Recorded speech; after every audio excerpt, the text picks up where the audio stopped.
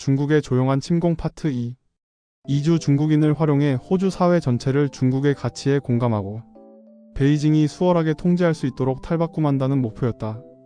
이렇게 해서 중국이 아시아와 이를 넘어서 세계의 패권국이 되도록 호주가 돕게 만들겠다는 것이다.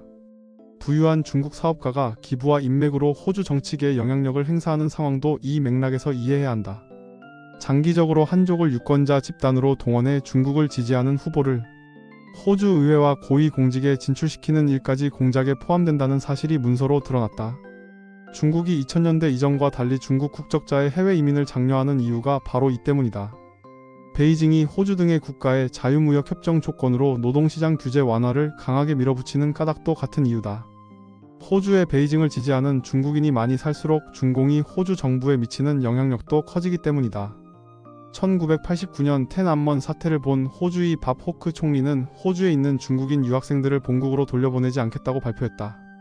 이 결정으로 중국인 4만 2천여 명이 영주권을 취득했고 이들과 가족관계인 중국인 10만여 명이 호주로 이주했다.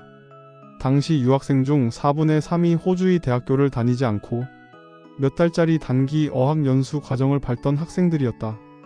이들이 불법으로 일을 한다고 판단한 이민부는 입국 심사를 강화하려 했지만 학생들을 돈줄로 생각한 교육계 관료들에게 밀려서 비자 기간을 초과한 학생들에게 임시 체류 비자를 승인했고 그 많은 중국인들은 이민부에 난민 지위를 신청하게 된다. 그들이 원한 것은 영주권과 시민권이었다. 밥 호크의 결정 덕분에 운 좋게 영주권을 얻은 사람이 많았다. 그리고 중공은 이렇게 해외에 퍼진 중국인들이 모국에 봉사하는 협력자가 될 수 있다는 사실을 깨달았다. 중국이 호주에서 중국 혈통의 사람들을 이끌고 소프트 파워를 키우는 주요 수단이 중국어 매체와 더불어 중국계 호주인이 있는 사회단체와 전문가 단체다. 중국 평화통일호 추진회는 새롭게 바뀐 중공 통일 전선 공작의 일환으로 2000년에 설립되었고 베이징에 대한 충성심이 의심스러운 중국인 사회단체들을 견제하는 것이 목표였다.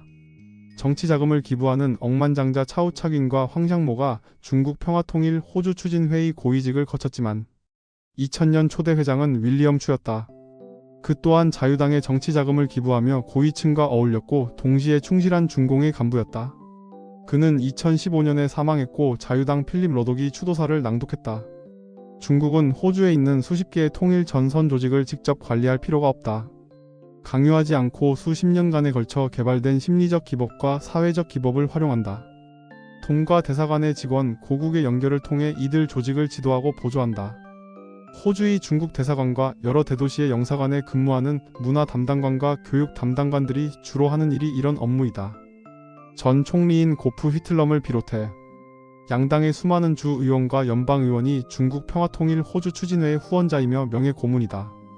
이들의 활동 덕분에 시드니 시의회는 음력설을 춘절로 명칭을 바꿔 매년 기념하는데 베트남과 한국 등을 비롯해 음력을 사용하는 기타 아시아 문화권의 음력설을 지우는 행위를 하고 있다. 시진핑 국가주석이 집권한 이후 중국은 문화부장을 앞세워 중국의 소프트 파워 형성에 돈과 인력을 쏟아부었고 그 결과 전세계 119개 나라에서 열리는 춘절 기념 행사가 2010년에는 65개에서 2015년에는 900개로 급증했다. 호주에서는 뉴스가 통제되고 있다. 2015년 로이터 통신의 조사에 따르면 중국 국제방송이 호주 등 14개국에서 라디오 방송국의 대주주 지분을 확보해 국제적인 네트워크를 형성하고 있다고 밝혔다.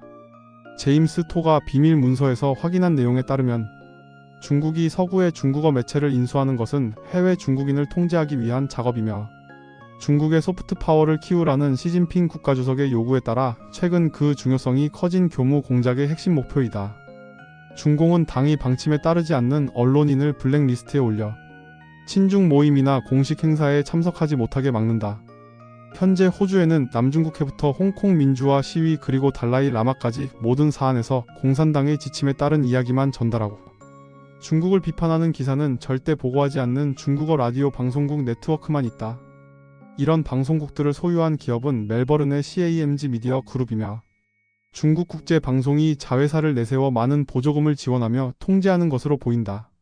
중국이 라디오 외에도 호주의 국영방송도 호주 내의 중국인 소비자에게 접근하기 위해 뉴스를 검열하고 있다고 보도했다.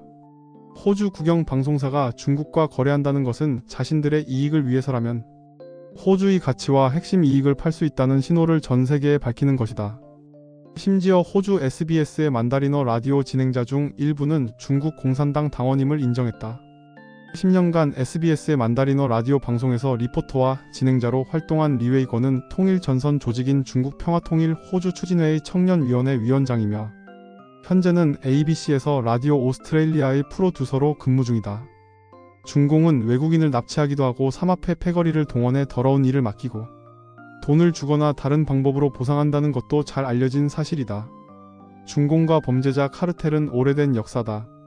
이미 덩샤오핑이 삼합회의 무리 중에 애국자가 있다고 이야기했고 또 다른 고위층도 중공의 삼합회와 힘을 합치라고 요구한 적이 있다. 이미 삼합회는 호주에서도 확실히 자리를 잡았다. 중국의 사법체제 또한 정부의 신여라는 점에 정치계 전반이 동의한다. 중국 법원은 파륜궁이 명상법을 실천한다는 죄목으로 지금까지 수만 명의 중국인을 투옥했다. 감옥에서는 수많은 사람들에게 약물을 주입하고 주요 장기를 적출해 부유한 환자에게 이식하도록 중국의 병원에 판매했다. 호주의 좌파와 우파의 양심 있는 정치인들이 중국과 범죄인 인도조약 체결을 심각하게 걱정했다. 중공은 2017년 7월에 국가정보법을 개정했다. 국가정보법에 따르면 중국 공영기업은 스파이가 위장해서 활동할 일자리를 마련해야 한다. 그리고 이 법률은 모든 중국인이 정보기관에 협조할 것을 요구한다. 어느 나라의 여권을 소지했건 중국 혈통을 이어받은 사람이면 모두 중국인으로 보기 때문에 중국계 호주인도 스파이 활동에 협력하라는 요구를 받을 수 있다. 제임스 토의 연구 결과 호주와 뉴질랜드 등에서 점점 늘고 있는 해외 중국인이 재력을 갖춘 숙련된 인재로 쓰이고 전 세계에 걸쳐 베이징의 활동을 지지하게 함으로써 소프트 파워를 키워나가는 역할을 할 것이라고 경고한다. 호주의 중국 전문가 존 피츠제럴드 교수는 베이징이 호주의 언론과 종교, 집회 결사의 자유를 억압하려 한다고 말했다. 사람들의 입을 틀어막는 베이징의 선정과 안보 체계가 호주에 편안하게 이주해 정착했다. 밀려 들어오는 돈. 중공이 정치인들과 접촉할 수 있는 방법은 한 가지뿐이다. 바로 매수다. 억만장자 황샹모는 호주의 총리를 역임한 인물 모두를 비롯해 호주의 힘있는 정치인들과 친분 관계를 형성했다. 황샹모가 어떻게 부를 축적했는지 자세한 기록은 없다. 다만 2009년 그의 친구가 재앙시 공산 당서기인 천홍핑이었고 그가 재앙에 있을 때 사업이 번창했다. 중국은 부패의 뿌리가 너무 깊게 자리 잡고 있다. 흔한 비리는 매간매직으로 현과 성의 당서기 중 돈을 주고 자리를 사지 않은 사람이 없었다. 대체로 사업가들은 먼저 친교를 맺은 다음에 관행적으로 선물을 주고받는 춘절을 노려 현금 봉투를 건넨다. 중국은 부패의 뿌리가 닿지 않은 곳이 없다. 중국의 대법원까지 부패에 연루되었다. 군에서도 돈을 받고 계급을 사는 일이 흔하다. 그리고 시진핑은 부패 척결을 이용해 정적들을 제거한다는 의혹을 받기도 했다. 시진핑은 전임 주석인 장쩌민의 영향력을 약화시킬 목적으로도 이를 활용했다. 한편 호주로 이주한 황샹모는 호주에서 영향력을 행사하는 각종 해외 중국인 단체에서 줄줄이 간부직을 차지하고 있다. 2013년 9월 호주 광둥 교단연합 총회의 회장으로 그는 출범식 행사에서 광둥성 교무판 공실의 지원을 받아 총회를 출범시킨다고 연설했다. 광둥성 교무판 공실은 중공의 교무 계획을 실행하는 지역 단위 조직이다. 황샹모는 관실을 만드는 중요한 작업에 노동당 소속의 뉴 사우스 웨일즈 주 재무장관을 지낸 에릭 루젠다를 끌어들였다. 관시는 중국인 특유의 끈끈한 인간관계를 말한다. 2012년 그는 호주 노동당 뉴 사우스 웨일즈 지부에 15만 달러를 기부했다. 이후 4년간 황샹모의 회사와 직원, 가족, 측근 등의 명의로 뉴 사우스 웨일즈 노동당에 178만 달러에 달하는 금액을 기부했다. 2013년 의원직을 그만둔 루젠달은 2014년 2월부터 황샹모가 회장으로 있는 호주 위후 그룹의 부회장이 되었다. 그리고 2016년엔 최고 경영자가 되었다. 또한 황샹모는 노동당의 줄리아 길라드, 케빈 러드와도 친밀한 관계를 구축했다. 중국 평화통일 호주 추진회의 부회장이었던 홍융이는 뉴사우스웨일즈 노동당에 11만 달러를 기부했고 황샹모가 호주에서 관실을 맺을 수 있도록 힘을 보태주었다. 2013년 등불 축제에 황샹모와 함께 케빈 러드와 크리스 보에, 봅 카, 홍융이, 윌리엄 추, 저우 광밍 등이 참석했다. 황샹모는 호주에 정착한 지 불과 수개월 만에 중국인 공동체의 유명 인사가 되었다. 황샹모의 정치 노선은 어느 한쪽으로 치우치지 않는다. 가족과 직원 그리고 지인의 명의로 양당에 기부한 금액은 총 290만 달러에 이른다. 그는 차츰 호주의 영향력 있는 정치인들 다수와 친분을 쌓게 되었다. 외무장관 줄리 비숍도 황샹모와 친분을 맺고 그가 시드니 공대에 설립한 호주 중국 관계 연구소의 출범식에서 연설을 하기도 했다. 줄리 비숍이 이끄는 자유당 서호주 지부에 황샹모가 23만 달러를 기부하기도 했다.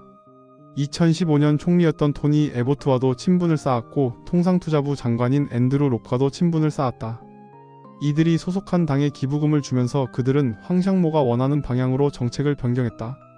앤드루 롭은 황샹모의 건의에 따라 외국인 고용에 필요한 고용 가능성 검토를 제도화하는 것에 반대하며 외국인 혐오라며 비난했다. 2016년 9월 데스티에리 사건이 불거지며 황샹모는 서서히 베이징의 신뢰를 잃어갔다. 노동당 상원의원 샘 데스티에리가 돈을 받고 중국계 스파이의 의견에 따랐다는 스캔들이 터졌고 이에 데스티에리는 사임하게 되었다. 황샹모 이외에도 호주 정치계에 큰 돈을 기부한 중국계 거부가 있었다. 차우차깅은 2009년 자유당, 국민당, 노동당에 큰 돈을 기부하며 주목을 받았다. 2015년 차우차깅은 심각한 뇌물 스캔들에 휘말렸다. 그의 호화 리조트에서 시드니 사교계 명사인 옌세루이가 UN 총회 의장인 존 애쉬에게 20만 달러를 건네다 체포된 사건으로 차우차깅은 자신은 그 사건과 무관하다고 결백을 주장했다. 그러나 ABC와 페어팩스 미디어는 차우차깅이 중공의 비밀 로비 기관인 통일전선공작부의 일원이며 공작의 일환으로 엄청난 뇌물을 제공하고 있다고 주장했다.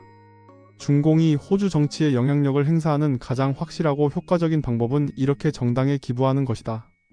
연구소부터 언론까지.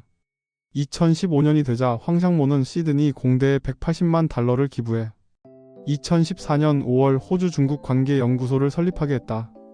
이에 베이징도 황샹모의 결정에 지지하는 뜻으로 국내의 싱크탱크 기관에 대규모로 투자하겠다고 발표했다.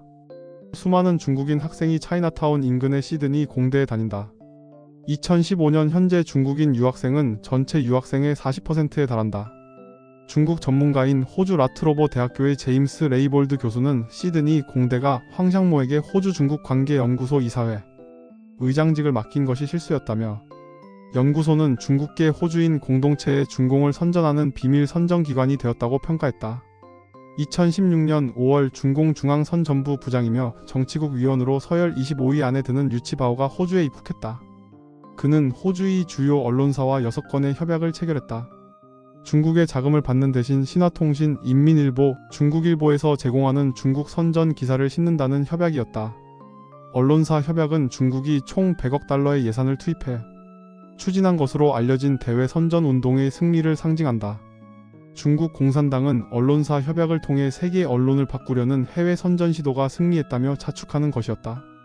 2016년에 복하의 호주 중국 관계 연구소와 중국 관영 매체 신화통신의 양해각서가 체결된 후 호주 중국 관계 연구소는 호주 언론인들의 중국 견학을 기획했다.